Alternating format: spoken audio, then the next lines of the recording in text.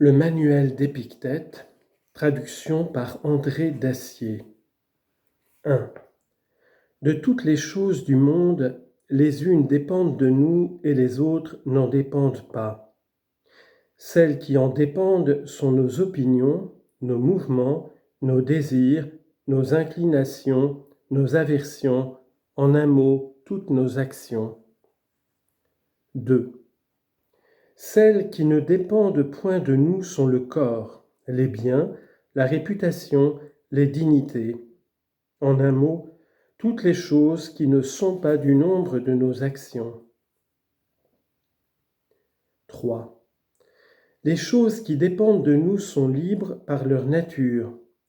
Rien ne peut ni les arrêter, ni leur faire obstacle, et celles qui n'en dépendent pas sont faibles, esclaves, dépendantes, sujettes à 1000 obstacles et à 1000 inconvénients, et entièrement étrangères. 4. Souviens-toi donc que si tu prends pour libres les choses qui de leur nature sont esclaves, et pour tiennes en propre celles qui dépendent d'autrui, tu trouveras partout des obstacles. Tu seras affligé, troublé, et tu te plaindras des dieux et des hommes. Au lieu que, si tu prends pour tien ce qui t'appartient en propre, et pour étranger ce qui est à autrui, jamais personne ne te forcera de faire ce que tu ne veux point, ni ne t'empêchera de faire ce que tu veux. Tu ne te plaindras de personne, tu n'accuseras personne, tu ne feras rien, pas la plus petite chose malgré toi, personne ne te fera aucun mal, et tu n'auras point d'ennemis, car il ne t'arrivera rien de nuisible. 5. Puisque tu aspires donc à de si grandes choses, souviens-toi que tu ne dois pas travailler médiocrement pour les acquérir, mais que, de toutes les autres choses extérieures, tu dois entièrement renoncer aux unes et remettre les autres à un autre temps. Car si tu cherches à les accorder ensemble, et que tu poursuives et ces véritables biens et les richesses et les dignités, tu n'obtiendras peut-être pas même ces dernières, parce que tu as désiré les autres. Mais certainement tu manqueras d'acquérir celles qui peuvent seules faire ta liberté et ta félicité. 6. D'abord donc, à chaque imagination fâcheuse, sois prêt à dire « Tu n'es qu'une imagination et nullement ce que tu parais ». Ensuite, examine-la bien, approfondis-la, et pour la fonder, sers-toi des règles que tu as apprises, surtout de la première, qui est de savoir si ce qui te paraît est du nombre des choses qui dépendent de nous ou de celles qui n'en dépendent point. Et s'il est du nombre de celles qui ne sont pas en notre puissance, pense sans balancer qu'il ne te regarde point. 7. Souviens-toi que la fin de tes désirs, c'est d'obtenir ce que tu désires, et la fin de tes craintes, c'est d'éviter ce que tu crains. Celui qui n'obtient pas ce qu'il désire est malheureux, et celui qui tombe dans ce qu'il craint est misérable.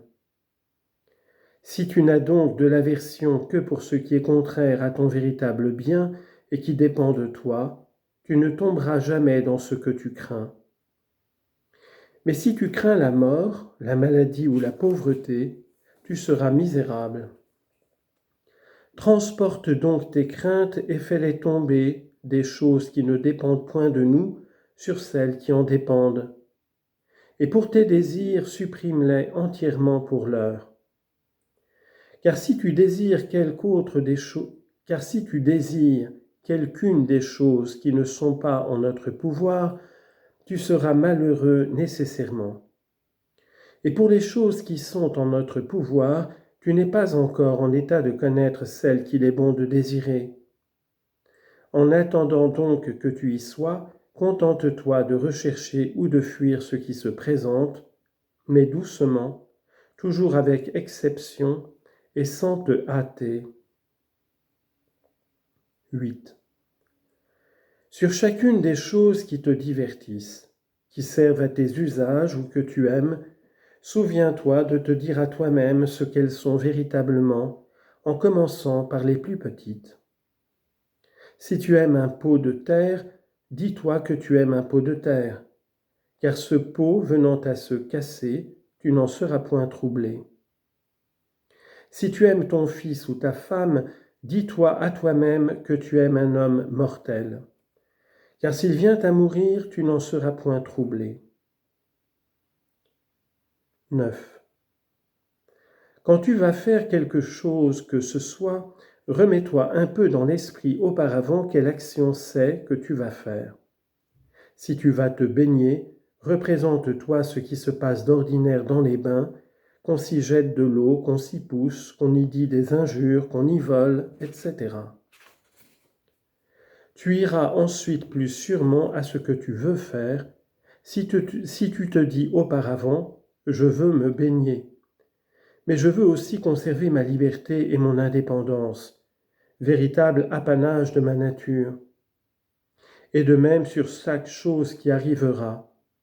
Car par ce moyen, si quelque obstacle t'empêche de te baigner, tu auras en main ce remède qui est de dire « je ne voulais pas seulement me baigner, mais je voulais aussi conserver ma liberté et mon indépendance, et je ne la conserverai point si je me fâchais. » 10. Ce qui trouble les hommes, ce ne sont pas les choses, mais les opinions qu'ils en ont.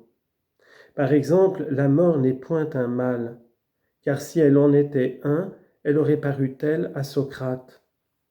Mais l'opinion qu'on a de la mort, qu'elle est un mal, voilà le mal.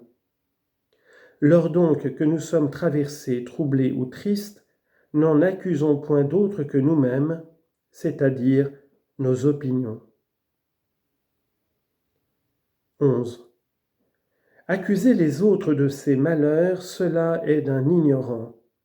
N'en accuser que soi-même, cela est d'un homme qui commence à s'instruire.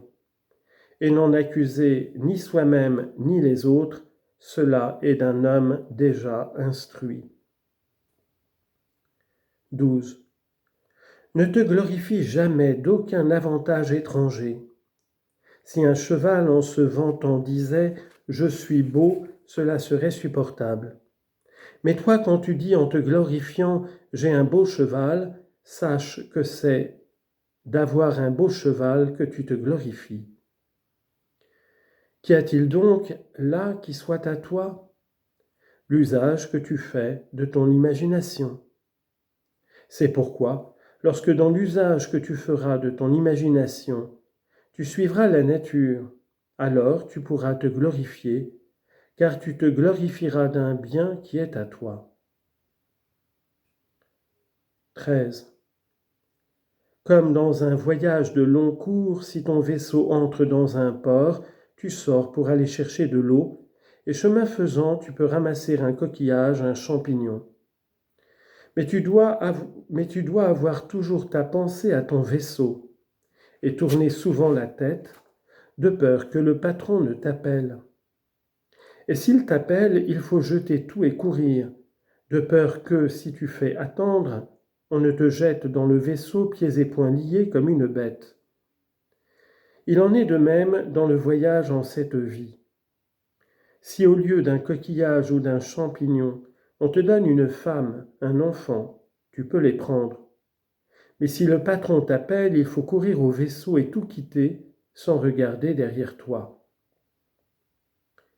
Que si tu es vieux, ne t'éloigne pas trop du navire, de peur que le patron venant à t'appeler, tu ne sois pas en état de le suivre.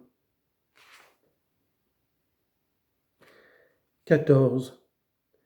Ne demande point que les choses arrivent comme tu les désires, mais désire qu'elles arrivent comme elles arrivent, et tu prospéreras toujours. 15. La maladie est un empêchement du corps et nullement de la volonté, à moins qu'elle ne le veuille. Je suis boiteux, voilà un empêchement pour mon pied, mais pour ma volonté, point du tout. Sur tous les accidents qui t'arriveront, dis-toi la même chose, car tu trouveras que c'est toujours un empêchement pour quelque autre chose et non pas pour toi. 16. Sur chacun des objets qui se présentent, souviens-toi de rentrer en toi-même et d'y chercher quelle vertu tu as pour bien user de cet objet. Si tu vois un beau garçon ou une belle jeune fille, tu trouveras contre ces objets une vertu qui est la continence. Si c'est quelque peine, quelque travail, tu trouveras le courage. Si ce sont des injures, des affronts, tu trouveras la résignation et la patience. Si tu t'accoutumes ainsi à déployer sur chaque accident la vertu que la nature t'a donnée pour le combattre, jamais tes imaginations ne t'emporteront.